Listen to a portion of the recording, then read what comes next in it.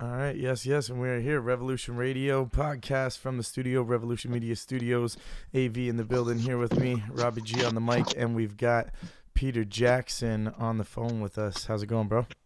Not too bad, brother. How you doing? I'm good. So the hype is real. Things are going crazy right now in Toronto. The buzz is up. You can feel it in the air, and I know you're right in the thick of things right now. You've got the new single Rap City that's being played all over the place right now.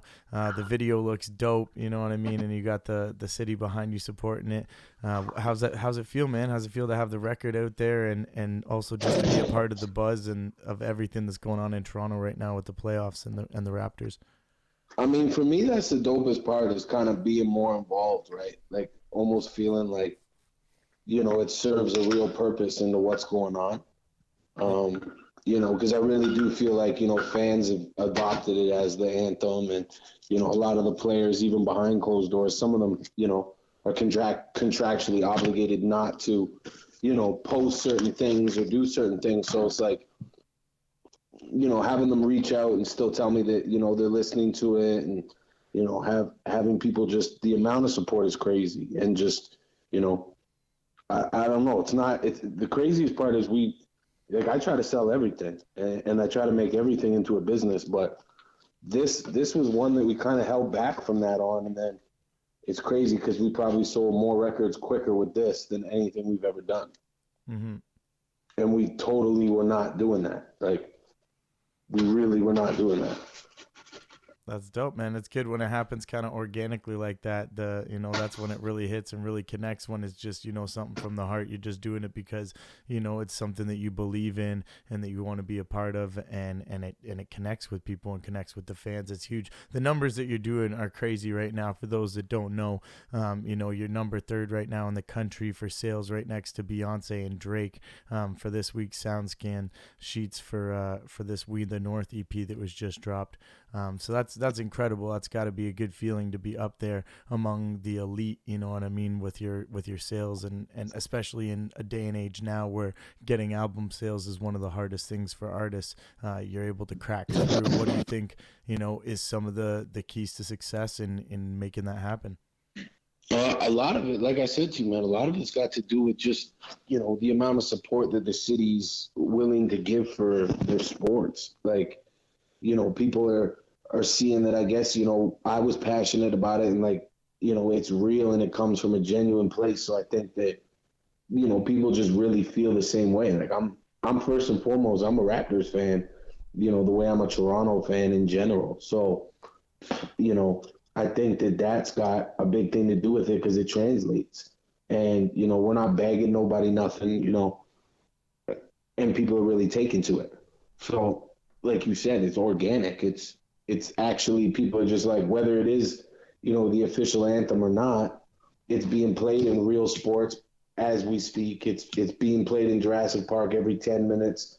It's being played in the games before they go into the third quarter. It's being played on Sportsnet as, the official trailer and intro. It's, being picked up by guys like Chuck Swirsky, who used to be a big Toronto announcer, and now he's the Chicago Bulls announcer, but he's still, he's still running with it. And it's like, it's weird, man. The Toronto fan base becomes like a family, right? Now, did you do anything different in terms of like promoting wise for this year's versus the other years? Because I know you've done it for the last, I believe, like 3 years now. Excuse me. To be honest with you, yeah, kinda, in the sense of we didn't do as much as we did last year. Like right off the hop last year, I printed 50,000 copies, and the whole country lost interest off after game 2. So me pushing a record after we had lost 2 games in a row last year was like, I didn't really get to do much of anything, and this year we've been blessed it's game 5 of the second round. And, God willing, we're going to go to at least the Eastern Conference Finals, which to me is a great season. And as a fan, I'm that's where I'm satisfied. But I think that we had the opportunity of people paying attention longer this time, which allowed us to do different things. And, once mainstream media picks something up, it's a totally different thing. It's like somebody said to me, like, yo, people like you end up on City Pulse either dead or killing somebody. Like, that's the only way rappers end up on City Pulse. And which is horrible to hear and horrible to say, but when you're on there promoting music, like, they don't usually promote rap into that light unless you're Drake. Exactly. Like, it's actually very surprising to turn on City Pulse and Sportsnet and hear the Rap City song. Like this year's Anthem, like I said, like, it seems like it's spread so much further than every other year. No, I feel like that too. Definitely 100%. And I mean, excuse me, sorry. I'm trying to smoke before the game. Trying to relax. But no, I think you're definitely right. It is almost surprising, but it's like it shouldn't be surprising. Like, we should be doing these interviews 10 times a night. We should be doing, City Pulse. I think it was either CTV or City TV. I believe it was CTV, said that I didn't fit the image of what they wanted on their station.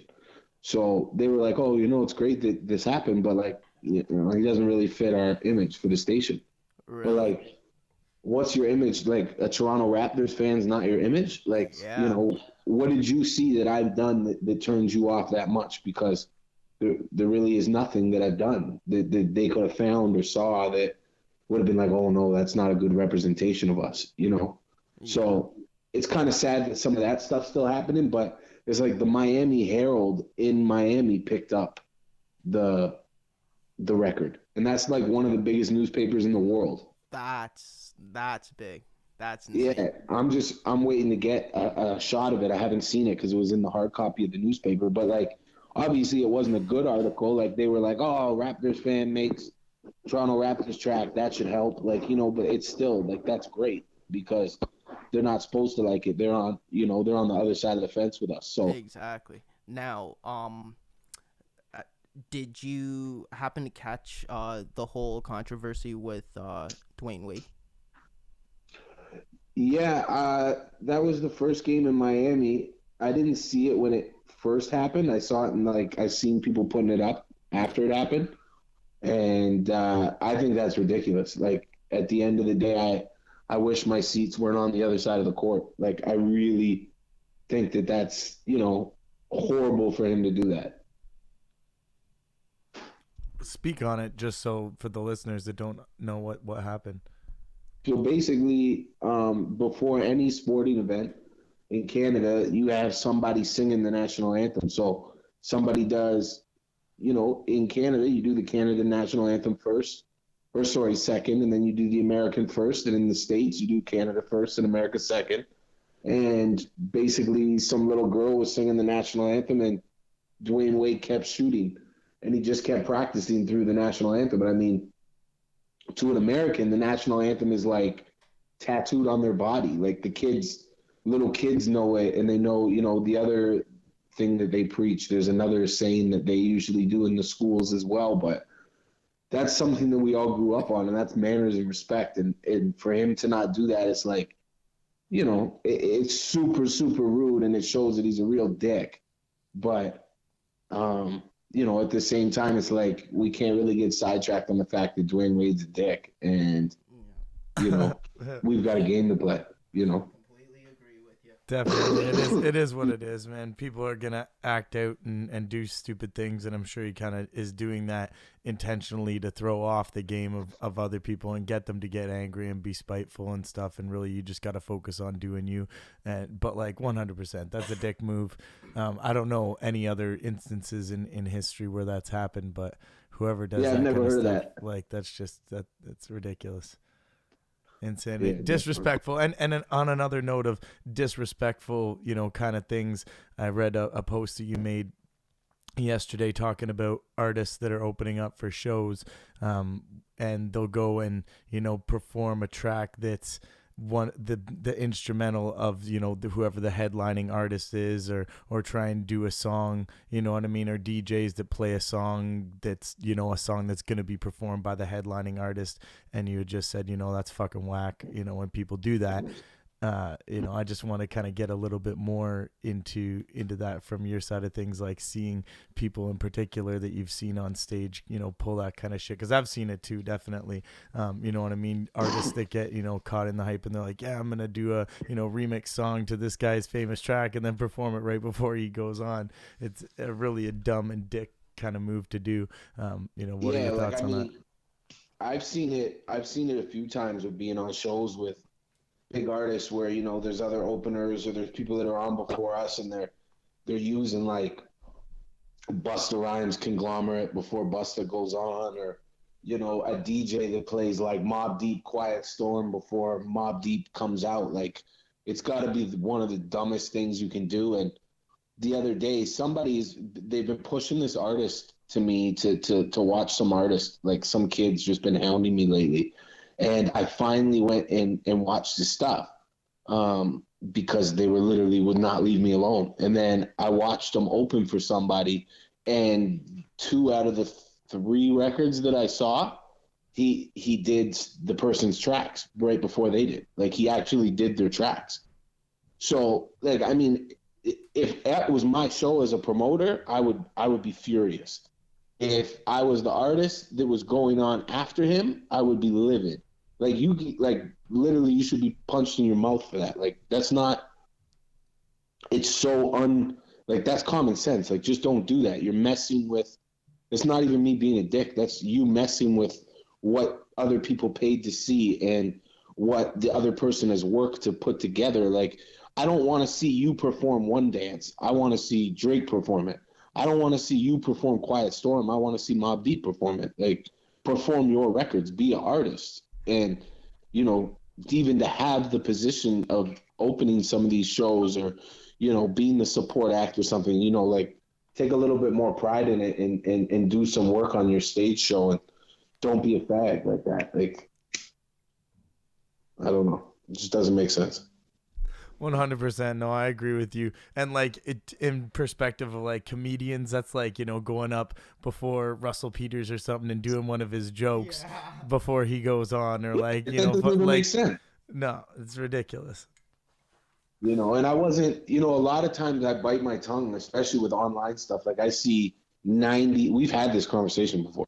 Like, I see 90 things a day online that I just want to be like, like, don't post that. Like, what are you doing? Like, why would you say that? Like, just, you know, stupid things like, you know, emo rapper posts. And to me, that just falls in the category of people not understanding, you know, that kind of thing, and just not really understanding what it is to be an artist and going up there and performing records that aren't yours. Like, that's stupid. Like, that just doesn't make any sense. Mind-boggling. I hope it doesn't happen at all on this next tour coming up. You've got a big artist coming up from New York in the next couple weeks here. Tour is kicking off very soon. Noriega from Capone and Noriega, CNN from way back in the day. You know about him, and he's still doing his thing right now. He's got the Drink Champs podcast, all that stuff going on. He's killing it still. He's got the new album. And now he's coming up to Canada. So if you can talk a little bit about that, you know, he's coming up here, and it's all thanks to you. So thanks to you. Yeah. So we got the Noriega tour kicking off tomorrow in Hamilton. It's 13 dates right across like Eastern Ontario, and then off to the East Coast, like Halifax and New Brunswick and Yarmouth, Nova Scotia. So it's good. It's going to be a great tour. We're going to London. We're going to Guelph. We're going to Hamilton, Toronto, Oshawa, Windsor. There's a whole bunch of markets. It's a nice little tour. And like you said, yeah, his buzz is really nice right now. So it'll be interesting, you know, to watch him connect with all the fans, and, you know, hopefully someone doesn't do Super Thug before he does. Yes, please pray, let's pray to God that does not happen. Yeah.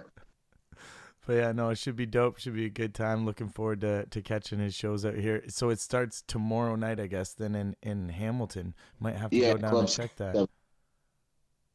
Are you gonna be out at any of the dates on the tour? Yeah, I'm a pop up at a few of them. I'm getting ready. I'm getting my set together and stuff for a couple tours coming this summer that I'm doing. So I'm just I'm kind of being like a perfectionist right now in the sense of really trying to get my stage show together.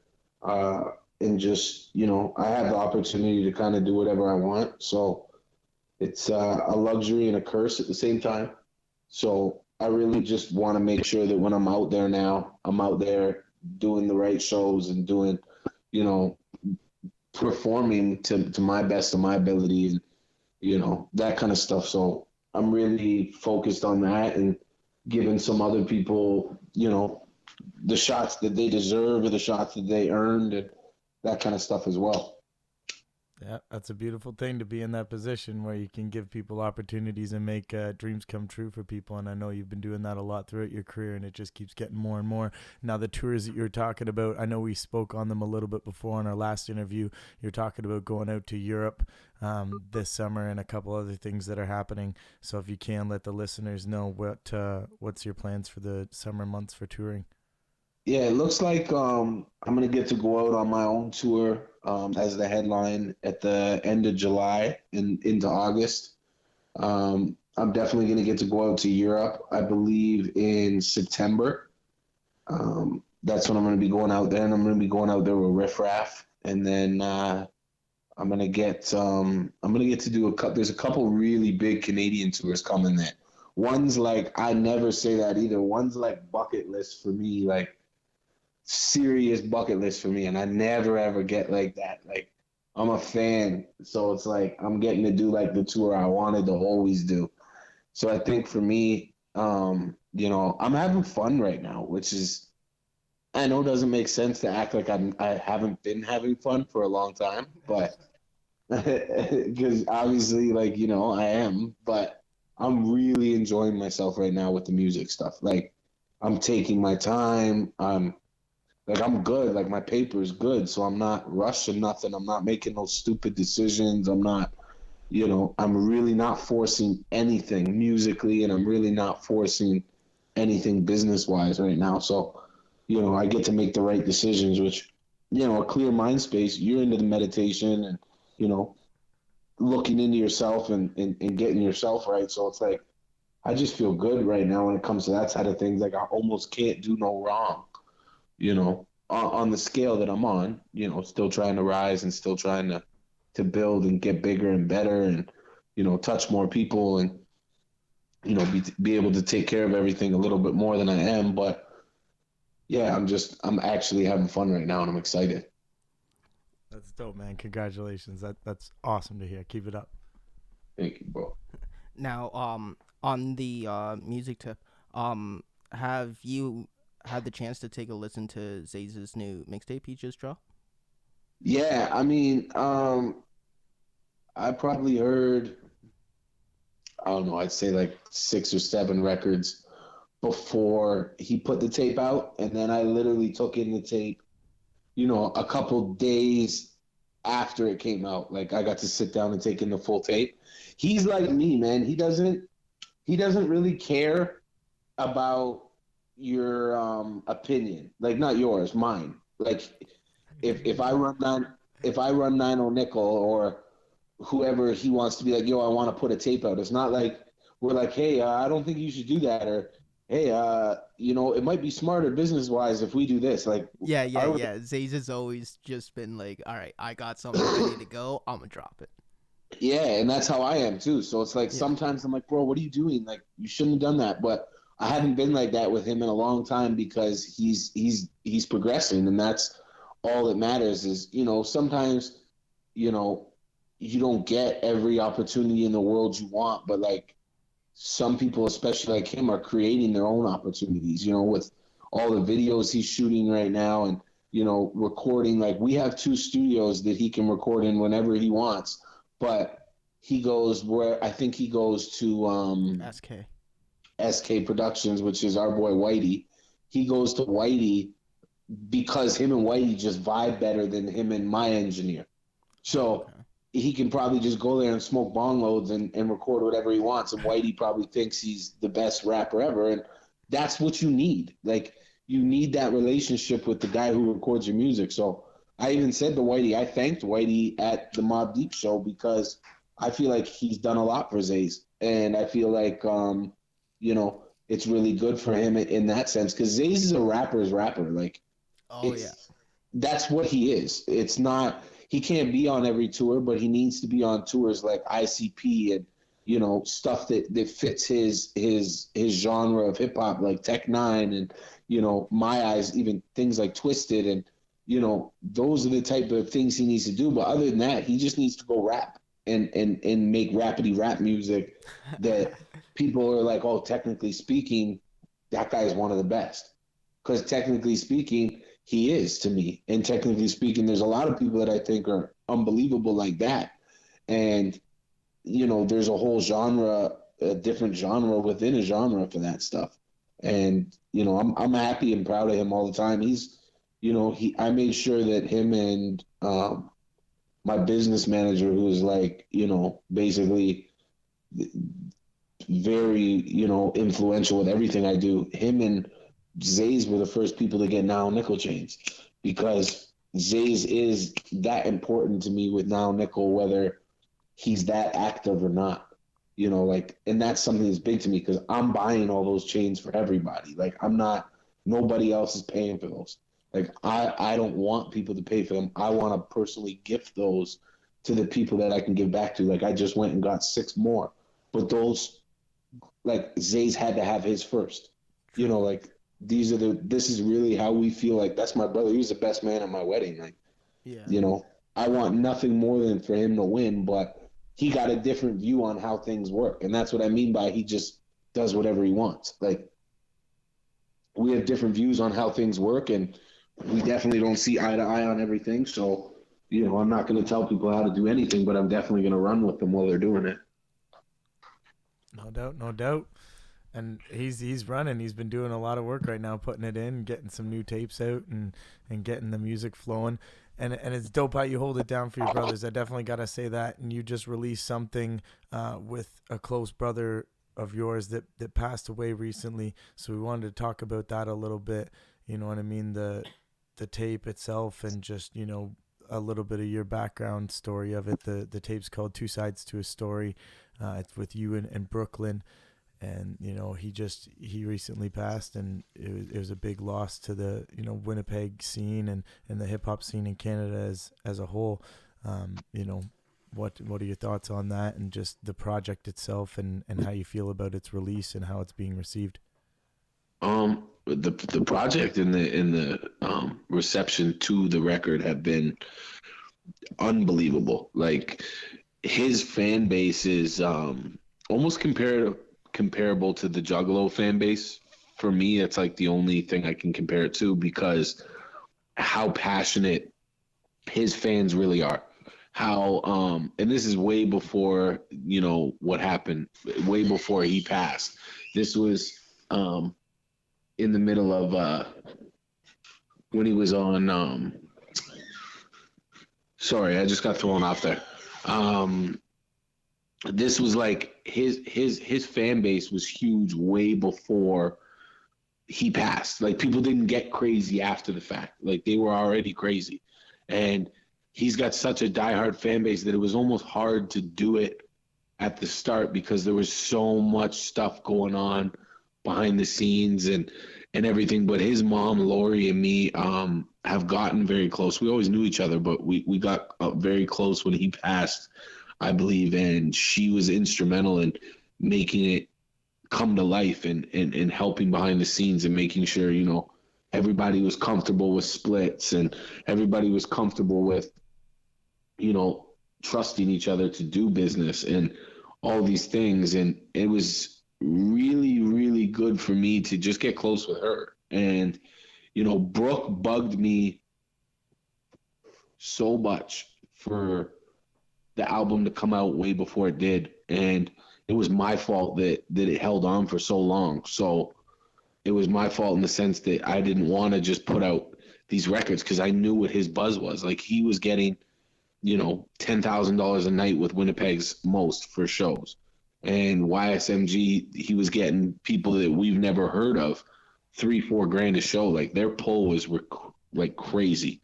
So I wanted to, like, our single with Raekwon, that record, I wanted to shoot the video with Ray when he was coming down. And, you know, so I was like, nah, don't drop a record yet. Just chill, wait so we can do this. Or then he gave me that Couple People I Know record, and I was like, bro, what is this? Like, he gave it to me with the hook, and I was like, this is insane. Can I have this for my album?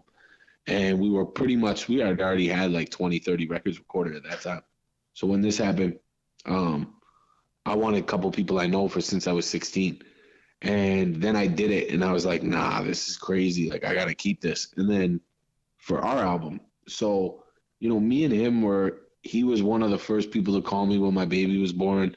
He gave his hand and his knowledge and stuff to me with babies and with children and all that kind of stuff. And like, yo, that really is my friend. Like, it's hard to me, I still don't feel like he's gone because I missed my flight to his funeral.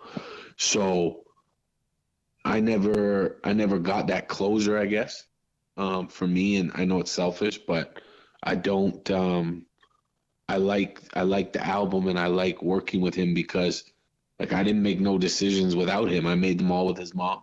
Like, I made every decision with his mom.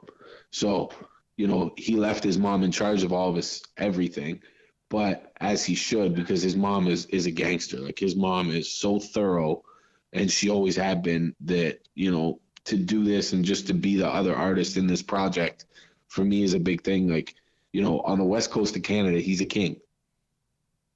So he always did tell me that, you know, watch what this does. When this drops, this is gonna, you know, it's gonna do something for you. Like, stop playing me. Like, you know, give me my just due. Like, he thought that I didn't know or something. Like, I wasn't paying attention, but I knew exactly who he was. But we're just friends. So we didn't, you know, it wasn't really like that. But, you know, it was nice that the album peaked at #1 for all Canadian rap albums on iTunes. And it was #2 for all albums on iTunes and all that stuff. That's great. But for me, it's just the messages, like the crazy people that message me based off of him. Like, they're not Peter Jackson fans. They're Brooklyn fans. Like, I'm not stupid. I know that whole project was fueled by his fans. Like, I know that. And because it was a totally different push and it was a totally different group of people and the purchases and the clothing and stuff, like, it was going to, like, places I'd never heard of before in Canada, like something Lake and this place that's 45 minutes north of the most northern city in Ontario, like the craziest stuff. And it's really, he just had it like that. Like, he really just had it like that. And like, nah, that's my brother. I really love Brooke to death. And it's sad, but like I said to you, like, I feel like the greatest thing about music is it really will walk. Like, he's good. Like, people are still playing. They're probably playing. Mad people are playing him as we speak right now. Like, people really do mess with him like that. So for me to be any sort of part of that reason is amazing. No doubt, no doubt.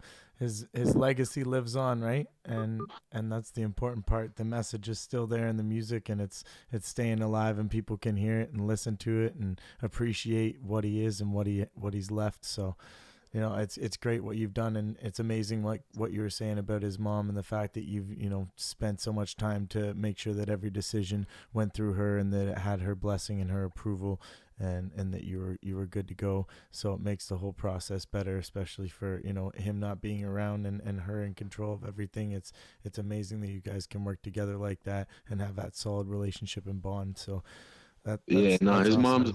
His mom's a lot like any other supportive mom. So it's like, it's sad, but it's almost like you're dealing with your mom, you know? Like, it's almost like it gives you this weird, like, it gave me a weird vibe because it made me feel like I was dealing with my mom. Like, it made me feel like if, God forbid, anything ever happens to me, you know, what G5 or what these guys would do and the conversations they would have to have. Like, you don't you don't want to be that person, but at the same time, it's pretty powerful um, to even be given that opportunity because like it's somebody's everything. Like music is everything to somebody like Brooke. Like that was really everything to him, and it's really everything to me. Like this shit didn't start about money, man. This stuff is not about another car or a house or a chain. This shit is not about that. It never was. It just becomes about that stuff because it has to. Because these are the things that we want and need and need them in your own head to survive. But that was never the intention when we got in this stuff. Like, it was always about the music. So when it becomes about the music and it's that pure again, it's like it gave me another view on things. Like it really made me feel good, and I think that was the start of me feeling like, oh man, I'm having fun. Like this is dope. Like I'm doing an album with Brooklyn. Like I'm getting to put this out, and it's gonna do something, and his family loves it, and this person said it helped them, and like it was crazy feeling. That's dope, man. That's dope. That's good to hear. It's something that's real, you know what I mean? And that's something that's missing in music right now is music that has some passion in it, has meaning behind it. It's not just, nothing. It's got something that's powerful behind it, and especially like what you said with his fan base. His fan base cared about him, cared about who he was, and you know what I mean? It went. You know what I mean? It took off like that. So congrats on the success of that project. That's huge. You know what I mean? And congrats on the success of the project that's right now. That's We the North EP. You can go and cop that anywhere you can get your music. Wanted to ask you, what is next? What is the next, installment in the Peter Jackson discography? What's going to be the next thing that people should be excited to hear from you? I don't know if we touched on it before, but I'm sitting on a few singles right now. I'm sitting on a single with Wiz Khalifa. Yeah, I checked out your Breaking Records interview. Yeah, those are my guys, man. I like those guys. I'm sitting on a record with Wiz Khalifa, and I'm sitting on a single with Lil Wayne, and I'm sitting on a single with Future. And I got a couple other records that I really want to put in the mix of those three. So like literally I'm doing things a little differently right now. I'm literally taking meetings with labels like weekly right now for the past probably about like at least 7, 8 weeks. Everyone from Dames Nellis, like my DJ, who was my DJ, who's now left the PD at Virgin Radio in Toronto. So like everyone from Dames to my music management to my business management to everybody is just putting me in the room with the right people right now. So it's just a lot of meetings and trying to shop those records and see, what we should do because, we've never had records this big, that's for sure. And I don't want to just release things. And that's the problem with Canada that I feel is I have no idea what to do because there's no infrastructure. Like Drake is obviously golden. His structure is unbelievable, and whatever they did really worked. But beyond him, there's Maestro who stocked the shelves himself when Backbone Slide popped. And that's something to look at, and that's something to know that you might have a platinum record, but somebody's still got to put them CDs up. Like somebody's still got to put those records into the stores. You still got to touch these DJs, and that kind of stuff and do the work. But I just don't feel like we have anything to follow to be like, all right, let's do this, and this. All right, cool. We'll probably get what we need after that. Bam, we have a hit single. Like it don't work like that. So I'm just trying different things right now. I'm taking meetings with labels. I'm finding out that some labels don't have no money. I'm finding out some labels don't work the way we thought. I'm finding out some situations are amazing. Finding out some things are great. I'm finding out, lots of different things. So it's cool. And like I said to you, I'm not rushing nothing. Like I'm good. I literally am super good. So I'm fine. Like I'm just trying to do everything the right way right now. That's dope. That's dope. It's good to have, the label the labels checking you out and trying to see what the potential, outcome is. But that's the big question that I think a lot of artists are facing in Canada right now as they get a good song. You know what I mean? Obviously not at the caliber that what you're talking now. You got some big tunes on the way, Wiz Khalifa, Lil Wayne, that's huge. Congrats on that, obviously. But the question for a lot of artists is, what do we do when we have a record? We've got to break into these DJs, get it onto the blog, get it into radio, get the records into stores. And like you said, there's no infrastructure. So what do you think, as somebody that's in your position right now, like where you could potentially, like with 90 Nickel, become a powerhouse in Canada, something like, Strange Music with Tech Nine, where you guys can start offering that kind of service? Is that a lane that you guys want to pursue? Is that something that you want to kind of leave for, some other person to come up and create a company that offers those services here and in a good way that actually can break a record like the ones that you have? No, I mean, I think definitely the goal is to really have a functioning record label. Definitely, 1,000%, because we're all playing that game anyway with these labels and everything that we're running around saying that we have, right? So, I think that's definitely something we want to do, and once we know how to do it, then it'll be more like that. And I think that's what the hard thing of having, like, artists like Zays and artists like, G5 and people like that around. Like, none of us know what to do. So we're just doing whatever happens, and whatever works, then the next person's going to try it. Or this person's, going to do this, and this person's going to do this. So, that's it. I've actually kind of noticed that about Canada too. Like, there's not really like a way that, like, because Drake, is the biggest artist in Canada, and that has come out of Canada in a while. But even he had to leave Canada to really like make it big. You know what I mean? Like, I feel like he was big in the States before he was big in Canada. Yeah, I definitely 100%. You're definitely right. So these singles that you're sitting on, is that what's holding up your album? Because I remember you announcing your album for a April release date, I believe it was. And yeah, I think I have like the biggest problem with releasing and saying things way before I'm supposed to. yeah. I think I do that all the time. I get excited, like I see some idiot post something that bugs me, so I just say what I'm doing. Yeah, so it's like, you know what? April, I'm coming. Yeah. No, definitely. I think definitely I jumped the gun on a lot of things. But honestly, right now, that's my focus. Is those 3 records is, really what my focus is to get those into the position they need to be in to reach a higher platform than something I can do on my own, or something that I'm capable of doing on my own. I need to go up. I need to do more. I need to, expand. I need to try other things. And I think this is a way of doing it, of taking these meetings and touching unknown territory with people I've never spoke to before, Now, I was listening to the Breaking Records interview with you where you mentioned that the collaborations that you went and got for this upcoming album, you didn't do it just, you know what I mean? Like, it wasn't just like drop the money off, grab a verse, and there you go type thing. So no, I'm not. I've never really been into that. Yeah, I've never. So go ahead. So like my question was, so do you have like a relationship with like Wayne and Future and Wiz and all of them?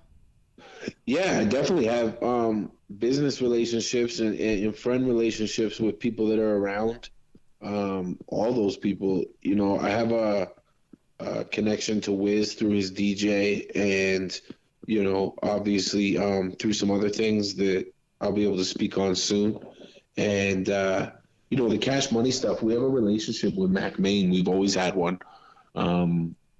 And just, things that we've tried to do in the past haven't worked out per se. in general public eyes, but a lot of stuff we've done behind the scenes together. So it's not like something where like I don't even have the budget to call Wade and pay $150K for a verse. So like it's not happening like that. Like I'm not doing things like that. So I've never done things like that. And I'm sure people think that's what I do, or I'm sure, you know, people can think whatever, but that's the best thing. I hope that they think that, you know, I'm just handing out brown bags of money, because that means they have no idea what I'm really doing. So that's even better, because by the time you figure it out, it's too late. Makes the moves that much bigger.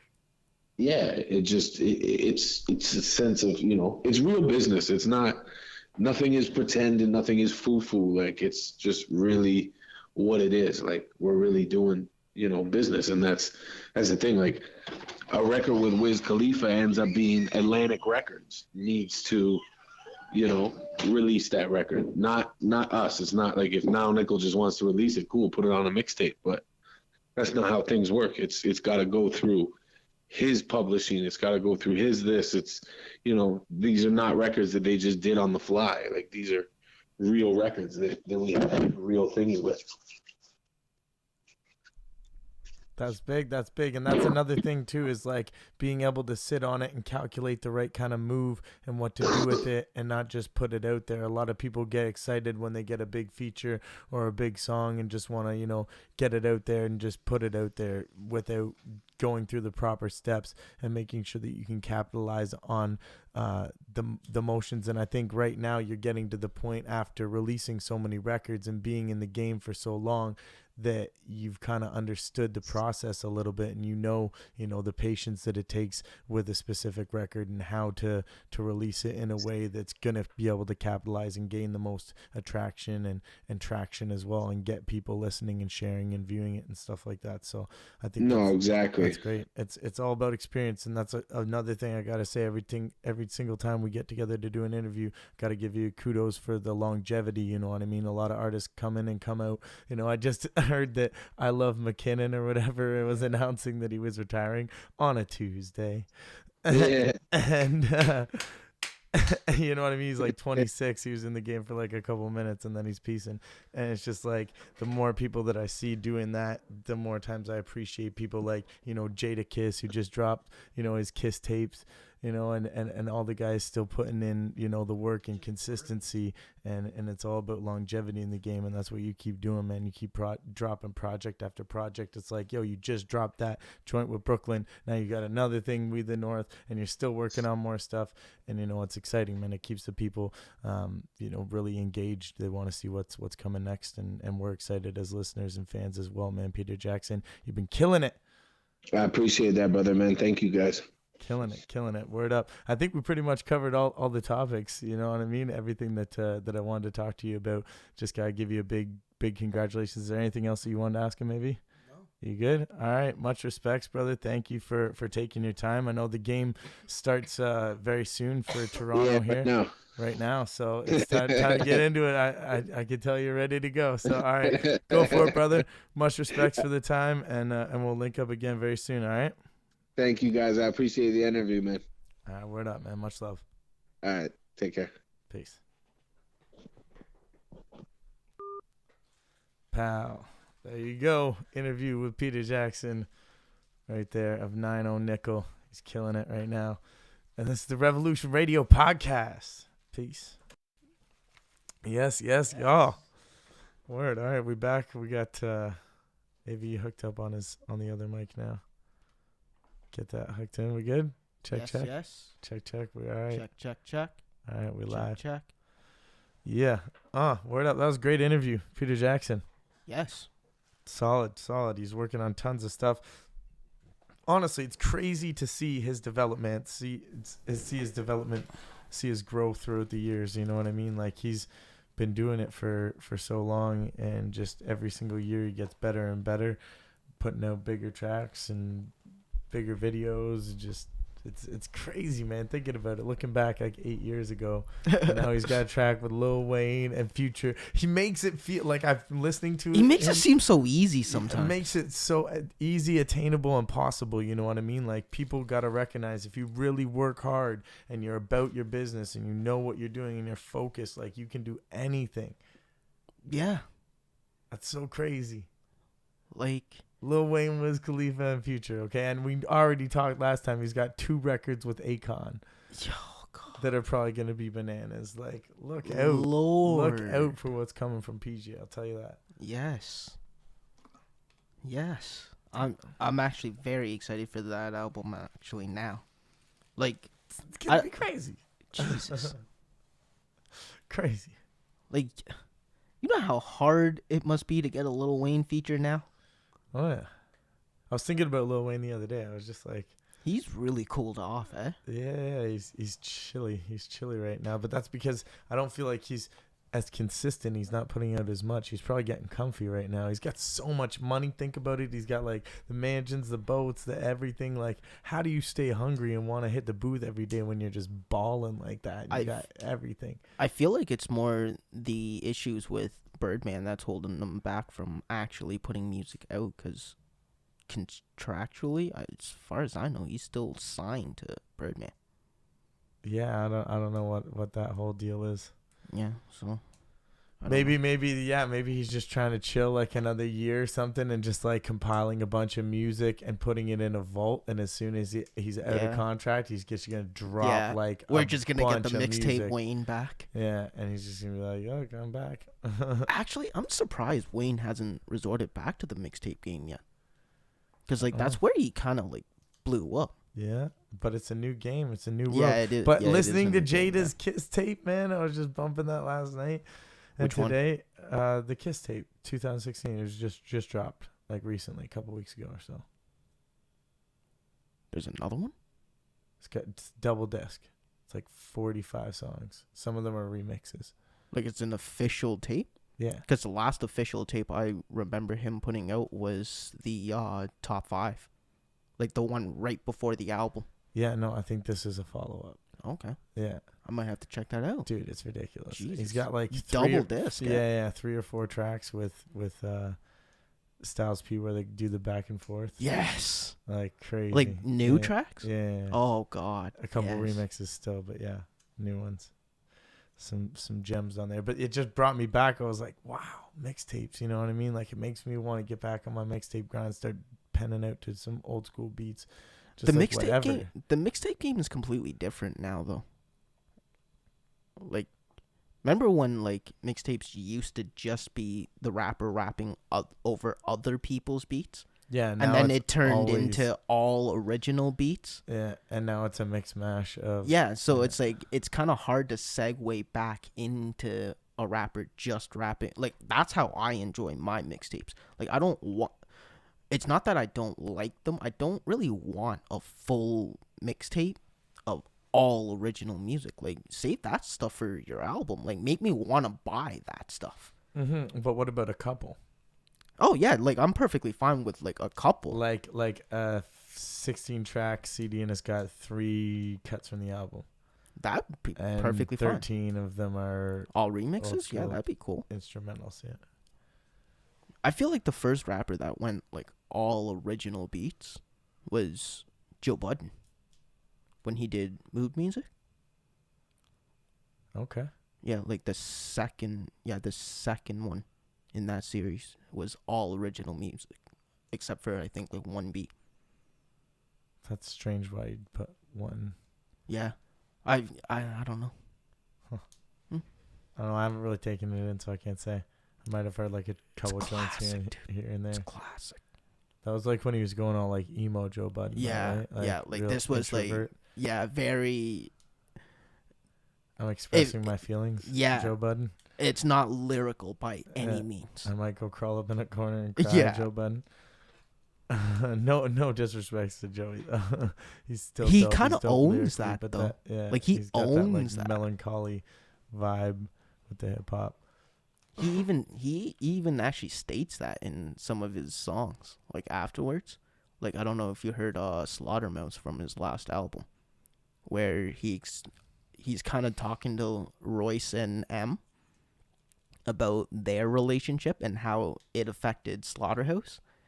And he's also kind of talking to Slaughterhouse about how, like, one part he's talking about how, like, he kind of didn't really fit in, where, like, all of them were super lyrical, whereas Joe Budden was more, like, talking about his life, like, he was lyrical, but, like, it didn't really come off like yeah, he that. was never the one who could drop this sick dope verse. Yeah, or the exactly. Triple, like, double, triple times things that Crooked Eye and exactly. Joel Like, and Royce can all do. Like, lyrically, he's good, like, thoughts, but not with the pen game on, like, crazy just bars and, like, getting the syllable game and the exactly.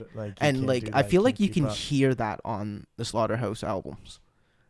Like, oh yeah, he stands out as the one that always had, like, the weaker verse. yeah, like, not so much the weaker verse, yes, but, like, the weaker verse. You can say it, dog. Don't. Okay. Honestly, there was never a time where you were just like, yo, Joey's verse destroyed everybody else's verse on that track.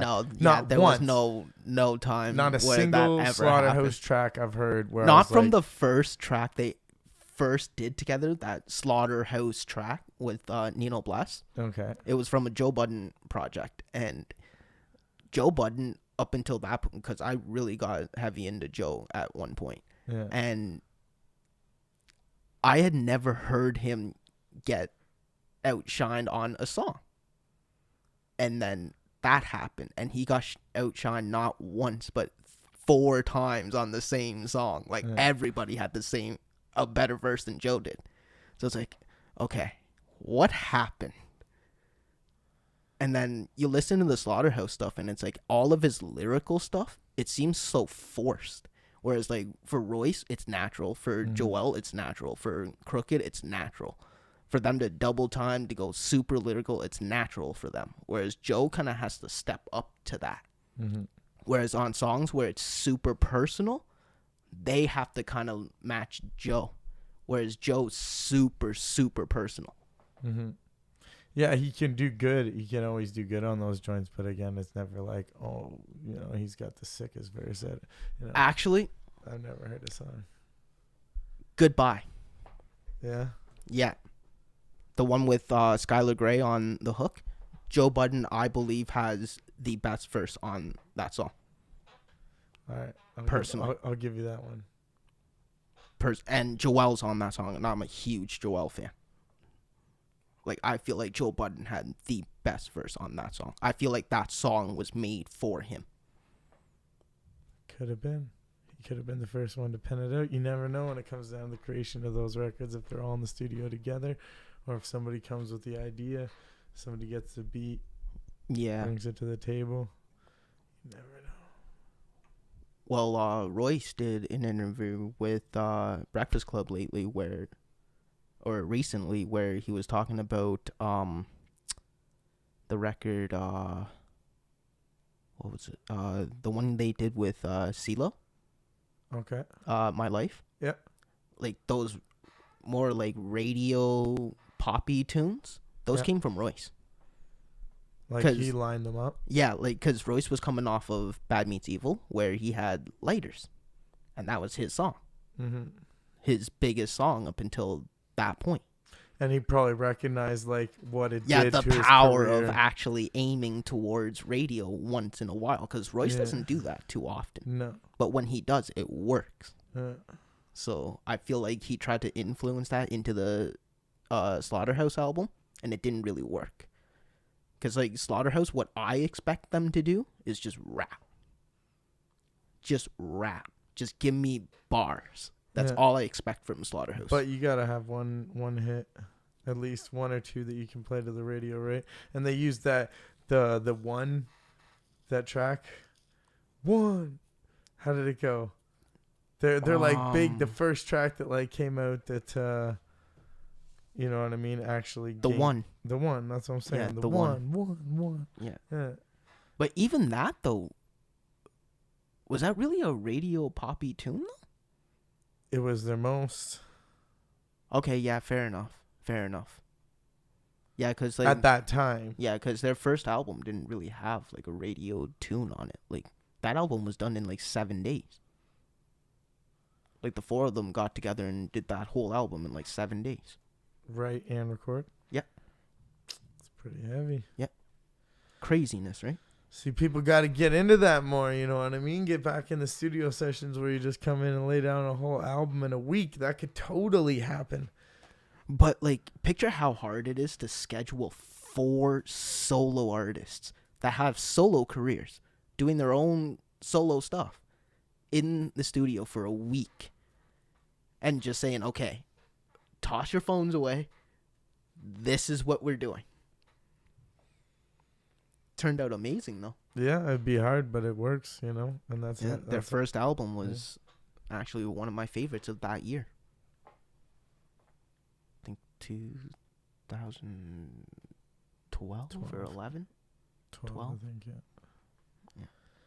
Bomb.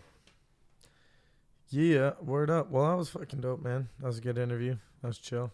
Yeah. I want to check out the Raptors game. I want to try and see if we can get some sort of feed, some live feed kicking here so we can check it out. Or even just, I might just go down to a fucking bar or something around the corner. Man. Who knows?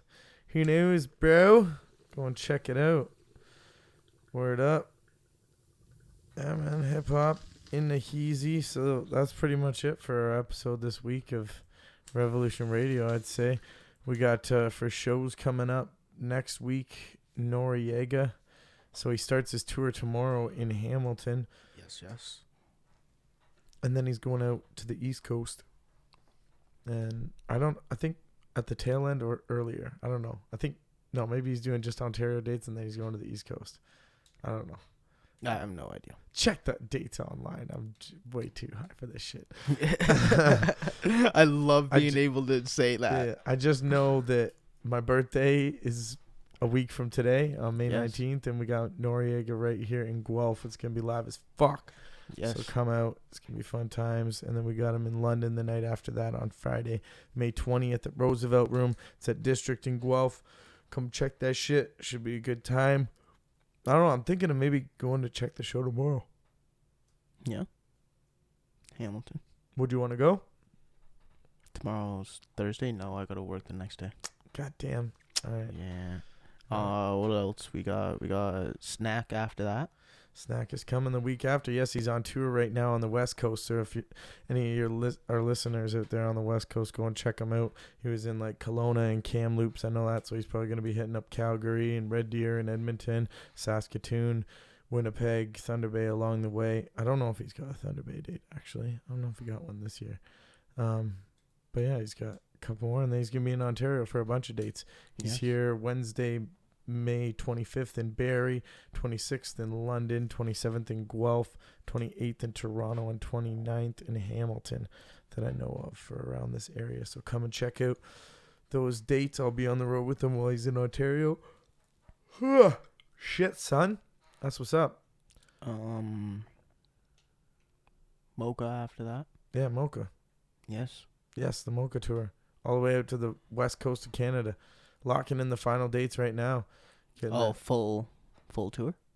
Yeah, all the way to Vancouver. Nice. What? Yes. Bomb. Should be a good time. Yeah. That's what's up, yeah. And then ICP, Insane Clown Posse, coming up after that.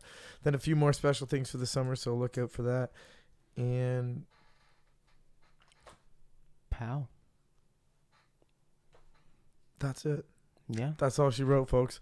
Check out, the episodes online. We should probably start a new page for just the podcast. Or just rename the old page. Yeah. We're doing that. Working on a logo right now, too. Boom. Yeah, that's what's up. All right. Much respect, people. Thank you for listening. Thanks for tuning in. Big ups to Peter Jackson for the interview tonight. And some of our guests that we should be having in the future coming up weeks are... We're trying to get one locked in with Mercules. Also trying to get one in with Snack the Ripper. And we might be getting one with Insane Clown Posse as well. So Zay's next Wednesday. And Zay's next Wednesday as well. All right, word up. We're going to try and get as many as we can in here. So if you're an artist too and you want to get an interview on here, hit us up. And we'll get it on. We really need to get Dio up here. Yes, it's happening. Yes. Might even get him live in person when he's here in Guelph next week. Yes. Pow. That's what's up. Peace, peace.